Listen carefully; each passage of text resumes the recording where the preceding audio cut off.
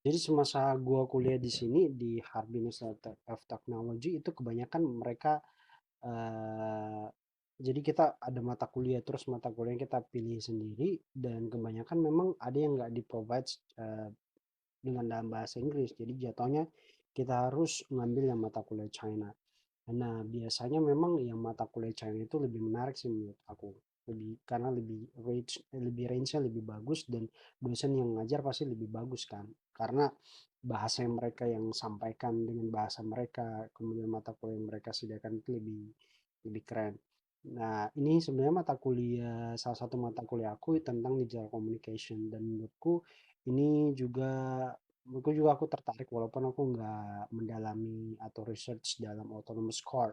Tapi menurut aku ini salah satu hal yang mungkin salah satu hal yang menarik buat dibahas. Jadi aku dapat tugas yang namanya yang bunyinya how mobile communication change our daily life. Itu tugas topik besarnya. Terus aku milih autonomous car sebagai objek presentasi. Ini sebenarnya small small apa ya? Small presentation aja, small presentation di mana kita harus mempresentasikan gimana sebenarnya pengaruh dari impact dari mobile communication, like how mobile communication changing our daily life. Oke, hmm, aku mau bicara tentang beberapa konsep di sini. Menurut gue itu penting untuk dibahas.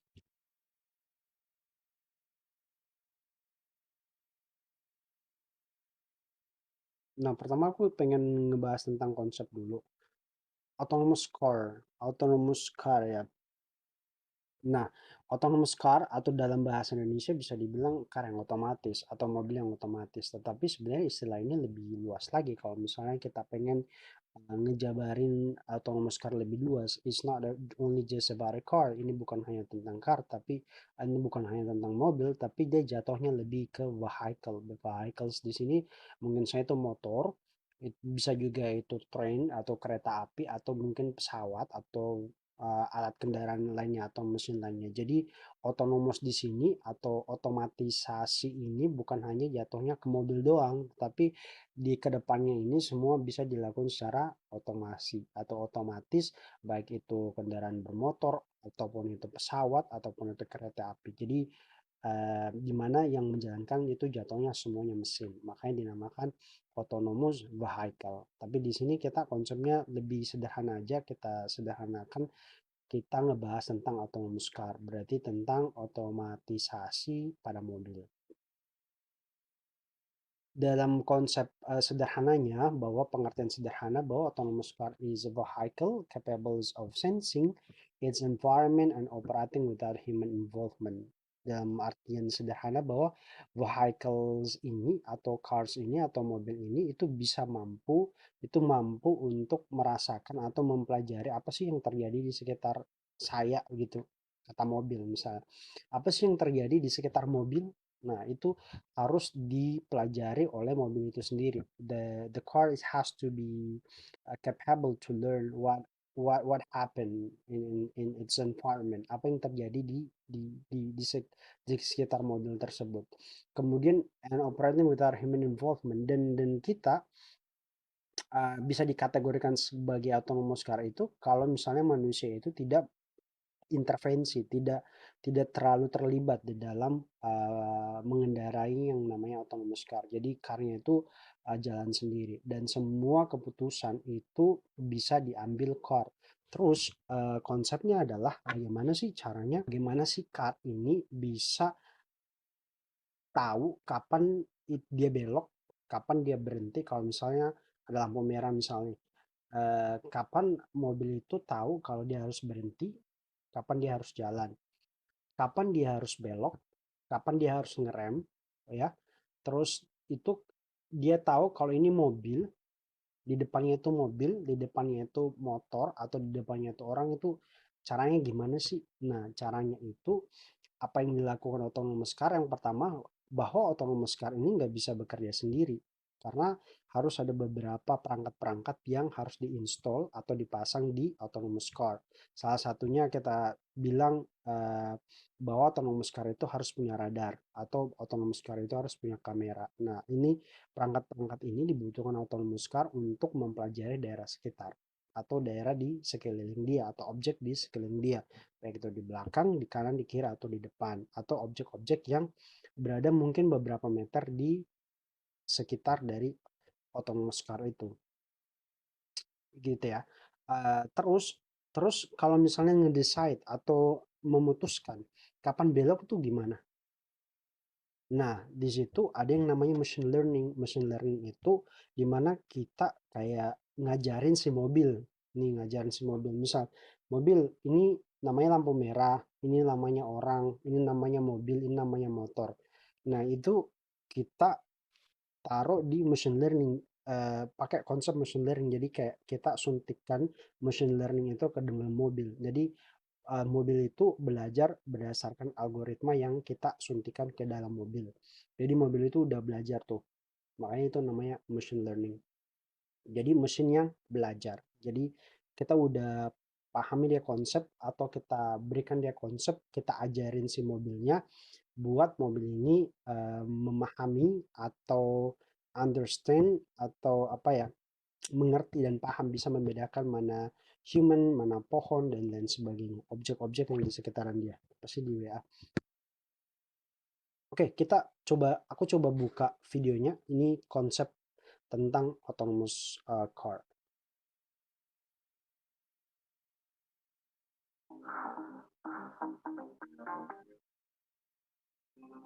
Nah, ini lebih ke autonomous parking atau parking secara otomasi. Jadi ada drop off zone, jadi nggak sembarang juga turunnya, karena itu ada zone-zone tertentu yang udah di install.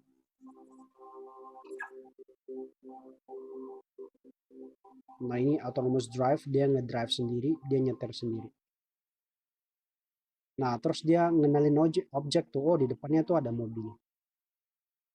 Jadi samping-sampingnya itu ada radar. Nah, radar itu yang ngebantu mobil buat ngedeteksi objek di samping.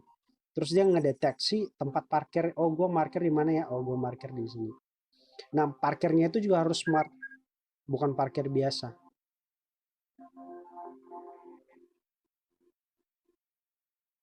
Nah, terus dia mau minta jemput. Jadi jemput dah.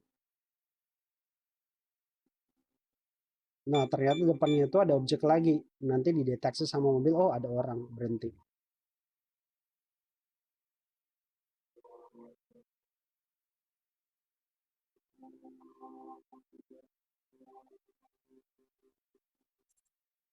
Nah, pick up zone-nya itu juga harus ada.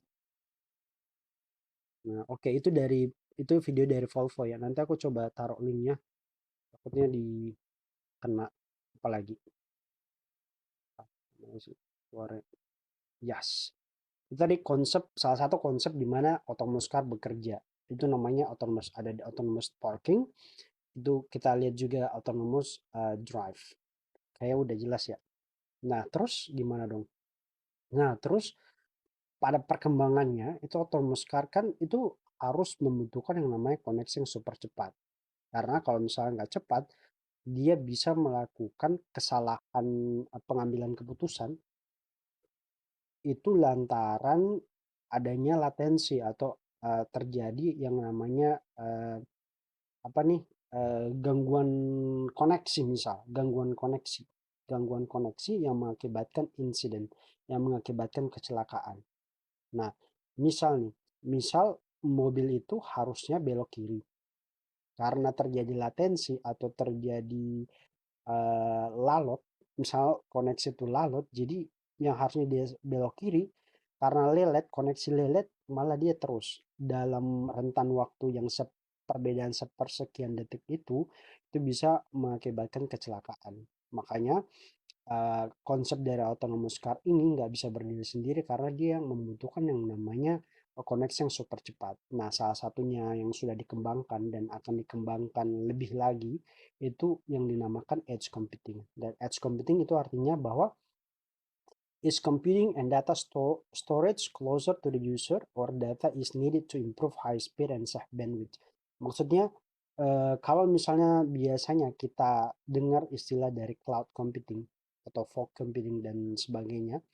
Nah, cloud computing itu dia lebih centralized, di mana datanya itu semua ibaratnya taruh di tengah. We put the data all together in the middle. Everyone goes to the cloud computing to store their data, atau semua orang-orang itu bakalan store datanya, bakalan put their data, bakalan nyimpan datanya di cloud computing kan. Terus kalau misalnya misalnya orang ingin communicate ke cloud computing, ingin build komunikasi ke cloud computing, ya otomatis orang-orang itu dari jauh tuh harus ke sentral.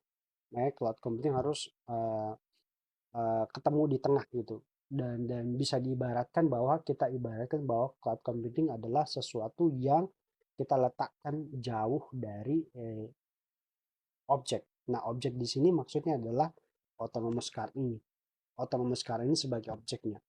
Kalau misalnya kita punya Internet of Things, atau misalnya kita punya kulkas pintar misalnya. Nah, dia kan harus hubungin cloud. Misalnya kita punya motor pintar, dia harus hubungin cloud. Nah, makanya itu diciptakan yang namanya edge computing.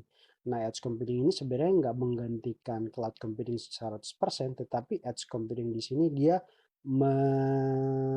membantu atau perpanjangan tangan dari cloud computing. Karena kita simpan edge computing ini closer to the user data. Jadi di edge computing ini kita taruh di autonomous car. Edge computing ini kita taruh di dekat dengan kulkas pintar tadi. Kita taruh dengan motor pintar. Nah, kalau misalnya mereka bangun komunikasi, dia kan nggak harus ke cloud lagi kan, tapi yang dia hubungin cukup edge cloud computing. Terus edge cloud computing ini buat apa dong? Nah, edge computing ini nanti buat nge-storage data, buat nyimpan data. Itu kayak ibaratnya fungsinya tuh kayak cloud computing, cuman letaknya aja yang beda. Nah, dia namanya distributed system. Jadi sistem yang terdistribusi, nggak centralized, nggak juga decentralized, tapi dia lebih ke distributed, lebih ke distribusi. Jadi si autonomous car itu nggak harus hubungin cloud, tapi cloud itu masih ada. Tapi dia hubungin ini dulu, edge computing. Nanti kalau misalnya datanya ada, ya barulah di komputasi di situ, dilakukan komputasi, di perhitungan di situ. Kemudian data-data yang dari autonomous car disimpannya di mana? Di edge computing. Nanti suatu saat juga bisa diimpor ke cloud computing. Karena edge computing ini sebenarnya storage-nya lebih kecil, dan storage-nya lebih kecil, dan kemampuan komputasinya itu tidak lebih canggih dari cloud computing. Makanya edge computing ini tidak bisa menggantikan 100% cloud computing karena ada kapabilitas atau ada limitation yang sebenarnya edge computing punya, kayak gitu. Tapi dia jatuhnya lebih murah. Nanti kalau misalnya teman-teman tertarik dari edge computing, ini salah satu teknologi baru yang juga dikembangkan oleh banyak banyak negara, salah satunya China. Oke, nah setelah kita bahas tentang karena data komputasi itu dilakukan di dekat dengan objek, dilakukan dekat dengan autonomous car, jadi jatuhnya itu mempercepat high speed, lebih improving high speed. Jadi jatuhnya itu speednya lebih cepat. Jadi komunikasi yang kita bangun antara edge dan otomatis lebih cepat, dan kemudian itu menghemat bandwidth. Kalau misalnya jatuhnya kita menghemat bandwidth, itu lebih cepat dan juga menghemat uang pastinya, karena saving the bandwidth. Karena bandwidth is about money. We have to spend the money to buy the bandwidth, of course, right? And then setelah itu,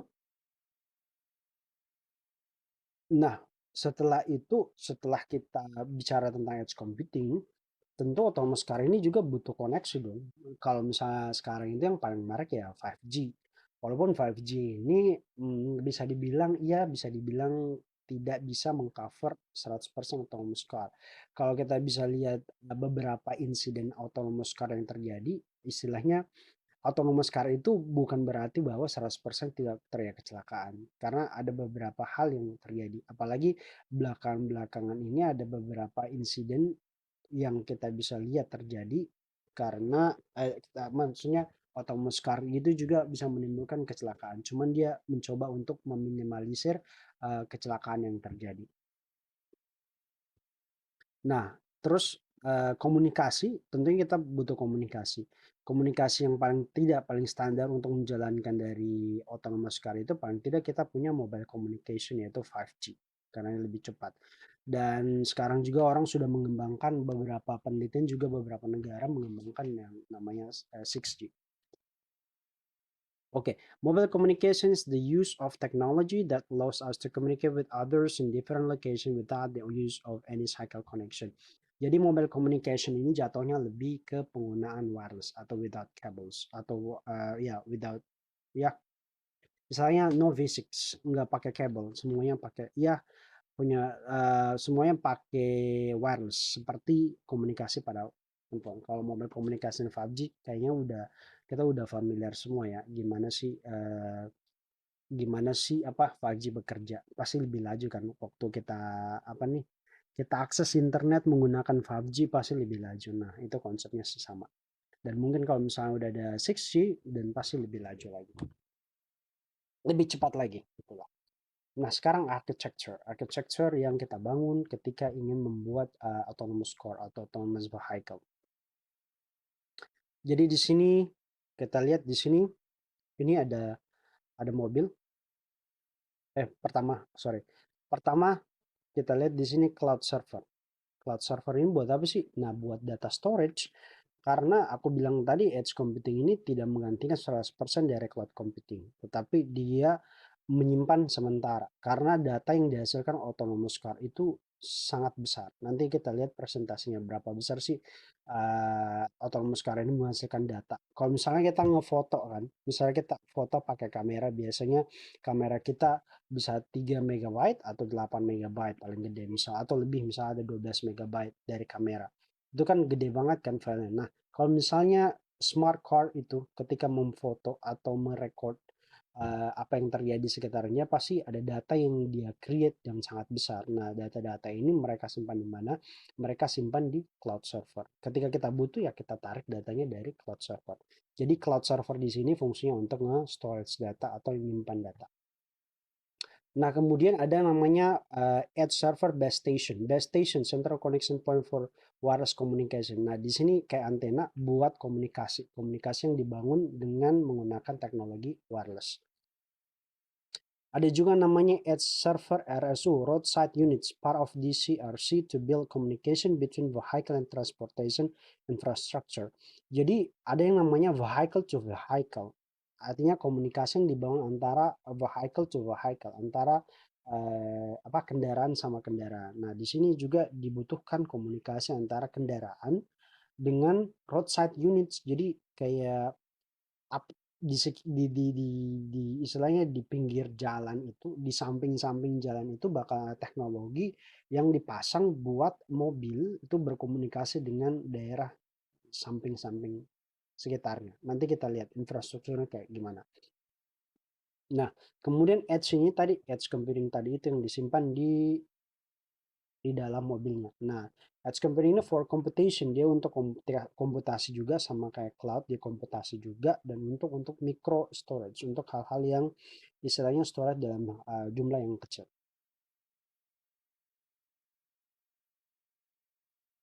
Kemudian di CRC dedicated short range communication, wireless technology to learn surrounding around. Nah, ini juga yang dipakai untuk belajar atau untuk mempelajari apa sih yang terjadi di sekitar. Oke, kita cek dulu. Aku cek dulu roadside unitnya.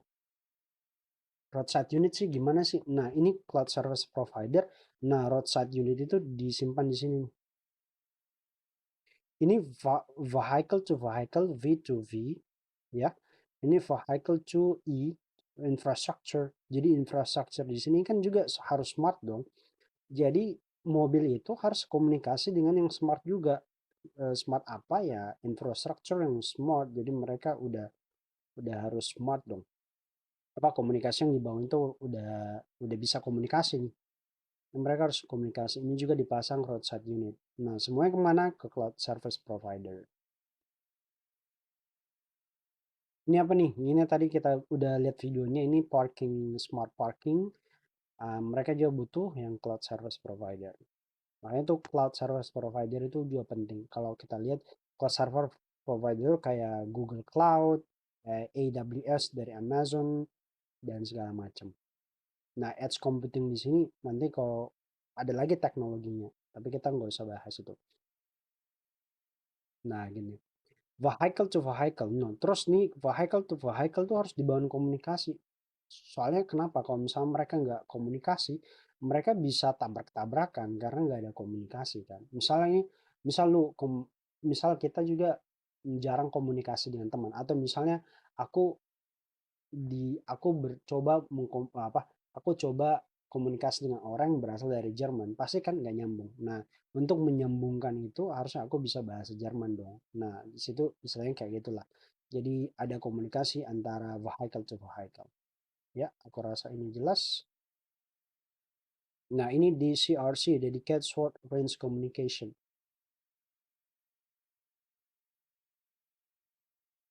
Nah, dedicated, jadi dia harus ngebaca berapa ini, surrounding dia harus dibaca, smart car-nya harus bisa baca ini berapa jauh sih jaraknya.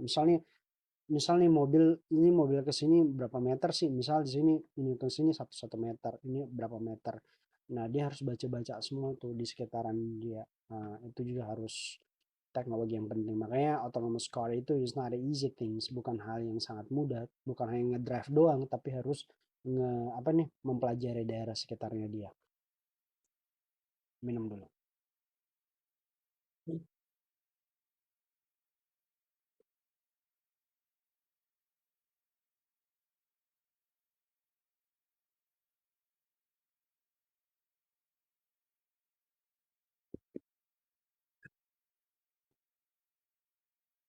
Oke, lanjut lagi. Nah, ini adalah autonomous core-nya. Autonomous core-nya. Nah, selanjutnya yang terakhir adalah autonomous core. Nah, aku bilang tadi, autonomous car itu nggak bisa berdiri sendiri. Nah, ini sumbernya dari Huawei, Qualcomm. Di sini autonomous car yang harus dia punya, yang harus diinstal atau dipasang di vehicle-nya atau dipasang di mobilnya dia.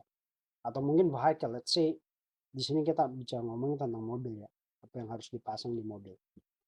Misalnya ini environment data, buat apa nih, mempelajari daerah sekitar. Harus ada kamera, ada radar, ada lidar, ada ultrasonic. Kemudian vehicle data. Vehicle data itu ada GPS-nya. Dia tahu harus kemana. Kemudian ini network solar vehicle, seperti modul, perception decision, networknya. Ini pokoknya network lah, jaringannya.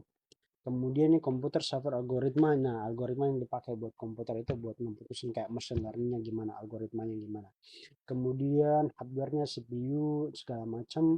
Dan ini adalah ya kontrol komponen lah yang pada mobil pada umumnya. Kemudian ini network-nya yang 5G, edge computing, roadside unit kita udah bahas tadi, dan kemudian data centernya di mana data itu disimpan.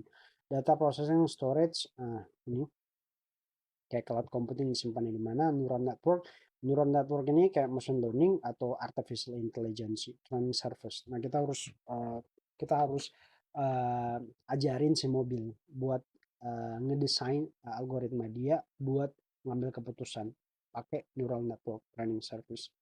Oke, simulation service dan lain sebagainya. Jadi, lanjut lagi.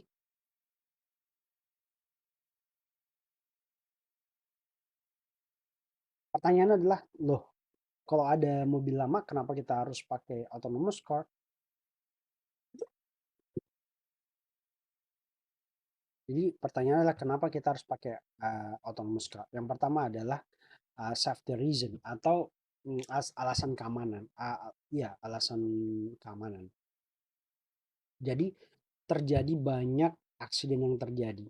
Jadi istilahnya bahwa autonomous car ini diciptakan untuk mengurangi itu tadi terjadi accident, baik orang meninggal, ada yang kecelakaan, kemudian asuransi juga rugi, kemudian traffic that occur among edges, this and that. Artinya untuk apa? Untuk membatasi atau untuk mengurangi angka kecelakaan yang terjadi globally. Nah, itu vehicles. Ini bukan hanya vehicles buat mobil ya. Mungkin di sini kesannya masih mobil tapi bisa jadi pesawat. Jadi mereka bakalan melakukan yang namanya autonomous vehicle untuk mengurangi kecelakaan baik mobil ataupun pesawat. Yang pertama, alasan pertama. Kedua, environmental friendly. Lah environmental friendly gimana? Hmm, jadi environmental friendly di sini bahwa mereka juga harus lebih ke penggunaan baterai atau penggunaan apa nih bahan bakar.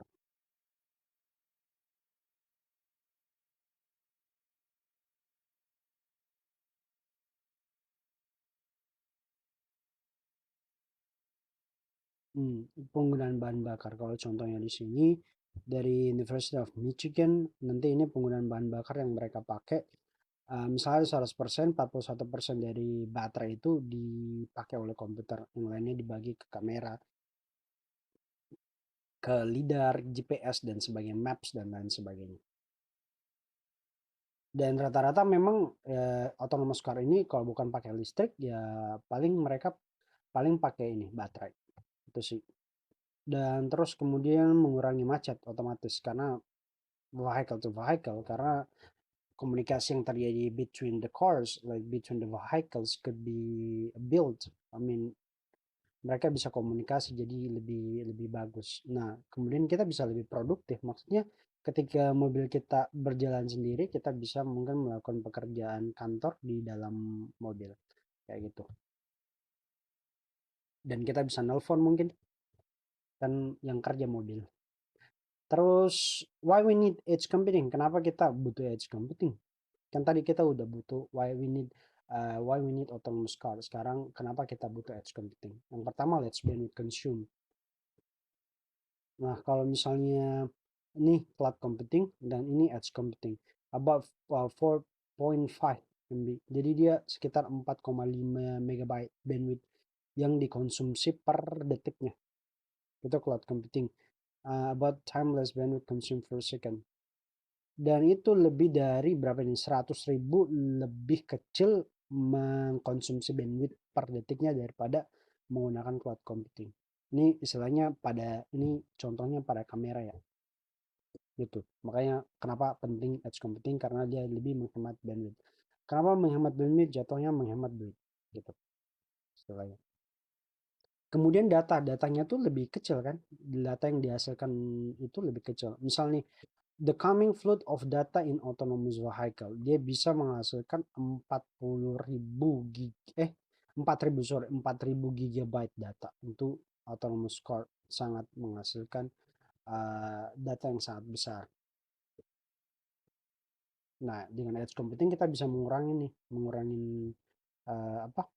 Dan teknologi edge computing bisa mengurangi data-data dari autonomous vehicle karena edge computing somehow dia bisa pelajari bahwa data mana sih yang penting, data mana yang enggak. Kalau di cloud computing dia bakalan istilahnya bakalan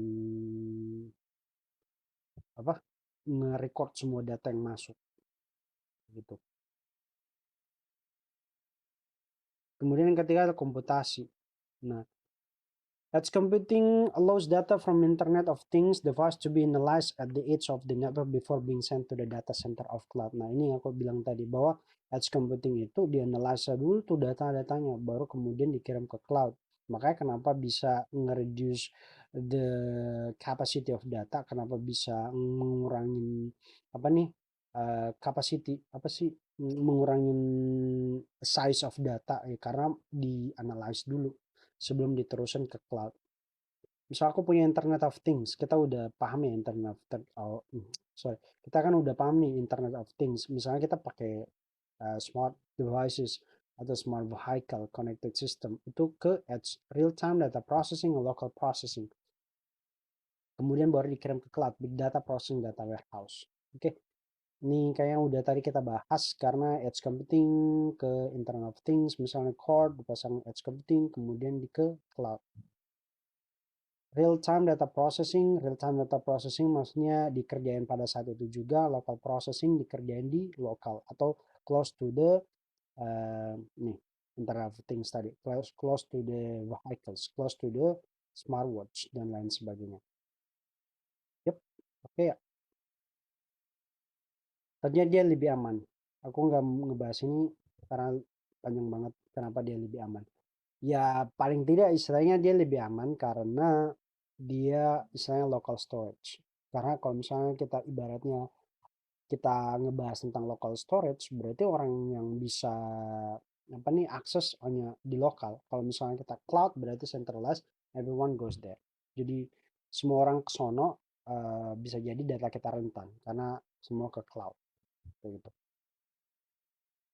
Why we need mobile communication? It can change the way how we driving. Kenapa kita butuh mobile communication ya? Karena merubah kita bagaimana cara kita ngedrive. Yang sebelumnya kita manually, sekarang kita dibantu oleh komunikasi dan komunikasi membantu kita untuk menciptakan autonomous car.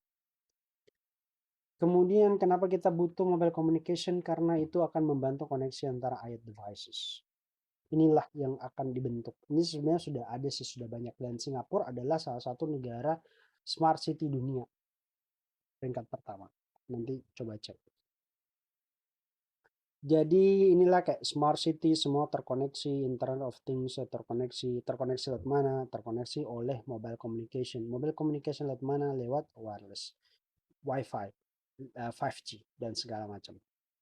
Smart grids, security surveillance, car-to-car communication, water air quality, utility management, smart wearables. Nah, mengapa ini barang nih 5G dan smart city is very important? Kenapa dia sangat-sangat penting? Karena semua akan dijalankan dengan mesin dan mesin itu kita ciptakan untuk mengurangi human error.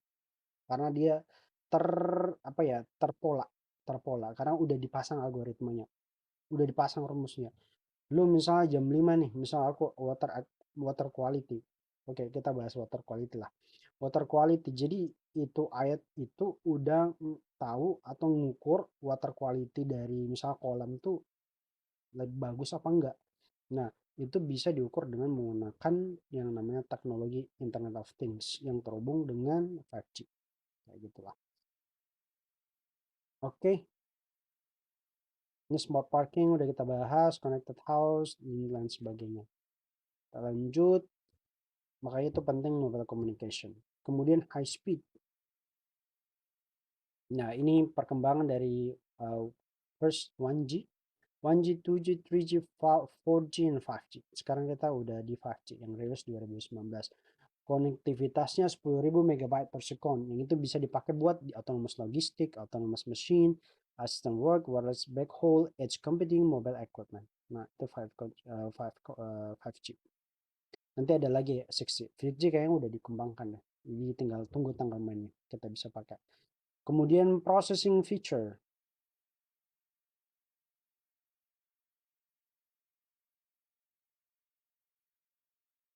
Nah, kalau misalnya lihat di sini processing features berarti ini bagaimana sih caranya dia bekerja. Misalnya dia menentukan koordinat driving. Oh, aku berada di sini. Kemudian local time, local updates. Kita lihat menggunakan GPS. Oh, kita berada di sini. Nah, kemudian kita kemana sih? Misalnya kita beli beli ini, beli nasi goreng misal. Nanti ya ke sono no. Terus yang jalan siapa? Kita bukan kita lagi kan. Yang jalannya semua keputusan itu berdasarkan si apa sih mobil. Kemudian lah mobil yang menjurus kita apa yang membawa kita ngedrive kita menuju ke tujuan untuk beli nasi goreng. Nah, kayak gitulah. Itu tadi terima kasih. Thanks for giving attention. Terima kasih untuk teman-teman yang udah atensi. Ini persentase pertama saya tentang hal-hal yang berbau teknologi. Iya enggak sih? Ya persentase pertama. semoga bisa ngebantu atau menambah wawasan tentang konsep bagaimana autonomous car itu penting, dan autonomous car itu bekerja, dan teknologi apa saja yang bisa ngebantu mewujudkan autonomous car. Terima kasih. Assalamualaikum warahmatullahi wabarakatuh.